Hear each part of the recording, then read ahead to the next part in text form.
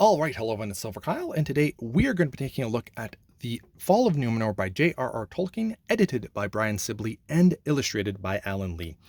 So a new Tolkien book in 2022. However, this is not any new material from Tolkien. This is just all of his works regarding the Second Age compiled into one book, with illustrations by Alan Lee, of course, and some notes by Brian Sibley, but nothing new from Tolkien himself. This, I think, is more so for people that want to read a chronological reading order of everything from the Second Age, or it's very handy for people that want to dive into and they're thinking of something about the history of the Second Age, and you have quick, easy access to that. I think that that's more so what it's for, and also collectors as well. And that's what I wanted to do, is kind of do a quick overview and compare it also to my 2020 hardcover sets of The Hobbit and The Lord of the Rings, because they have the same spines. And to me, when you have something on a shelf and it's all uniform, I really love that. You have the Tolkien symbol at the top, J.R.R. Tolkien, the gold title, and the HarperCollins symbol at the bottom here. Also with Alan Lee's phenomenal artwork. This man just understands. I think that a lot of people, when they're reading Lord of the Rings, they see the illustrations by Alan Lee, and that's exactly what most of us have in our minds. It's just absolutely gorgeous. One of the few, and I love my 2020 set. But I will say that there are a few negatives, and it's all to do with the dust jacket. Everything else is pure premium quality, in my opinion anyway. Up there, I mean, there are a few very nice deluxe sets out there that I would kill to have, and I might eventually get specifically for Lord of the Rings. But for the most part, for the amount of money that you're paying here, this is a great set. The only thing is the dust jacket.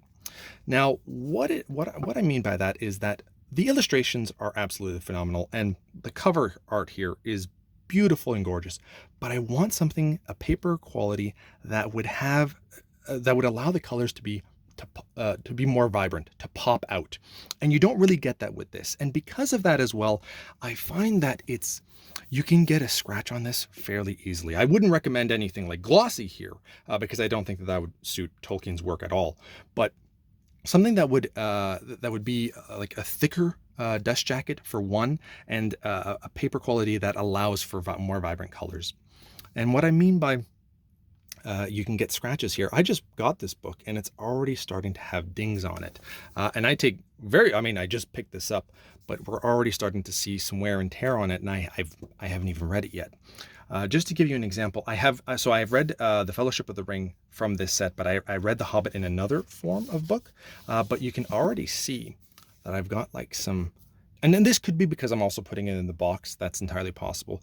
But we're starting to see some wear here, and at the bottom here, I'm going to flip it over, and that's where we're really going to see, yeah, that's not nice. I think that's because I'm putting it in here, and I mean, I'm not shoving it in there, but we're starting to see some wear and tear on these books. So because that it's not inside of a box set, you might be able to keep the dust jacket in better condition, and I hope that that's going to be the case. But it's just something that I wanted to share. Now, regarding what's included in here, let's take a look at what they have.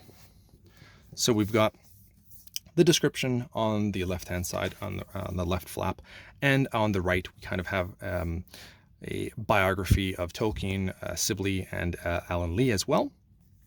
And I really want to show this because I always love showing maps, especially from Tolkien. The guy was just absolutely a genius. So we have the Alan Lee, once again,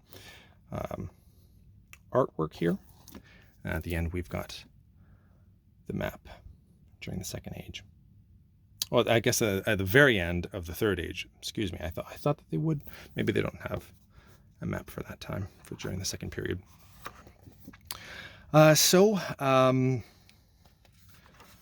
What we have in the contents here is in chronological order, and I absolutely love that. So you've got first year, and it goes by the year specifically, and that's another thing too, that I like to be able to go back and look specifically at this. I want to see what year we're in. To me, and I think a lot of people that love Tolkien's work, they really like to dive into that. Once you've finished Lord of the Rings, and that's another thing too. I'm only a fan of Middle Earth because of The Hobbit and the Lord of the Rings novels and the movies. More so the Lord of the Rings movies. The Hobbit movies aren't other than the first one, aren't very good in my opinion. And I know that they're very different from the books themselves, and there's things that I would have wanted them to change. And I'm currently rereading. I read The Hobbit, I think a year or two ago. Just finished Fellowship of the Ring. I will be doing a review of that, and I am reading Return of the King and or Two Towers and Return of the King. Probably in January or February, and I'll be doing reviews of that, and there'll be rereads. Although I'll be finishing Return of the King for the first time because I never finished that when I was in high school. It wasn't doing it for me at the time. Anyway, let's keep on going with what we have here. We have a little bit about the book, and I always like when they do that.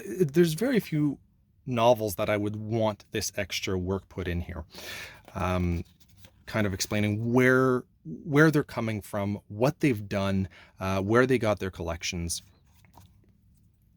And then we're also going to get some notes by Brian Sibley throughout. So we're going to get the actual Tolkien work. And here's a better example.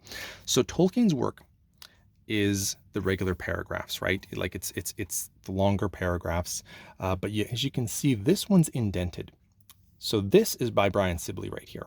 So that's his notes about what's kind of going on and basically his homework that he's done.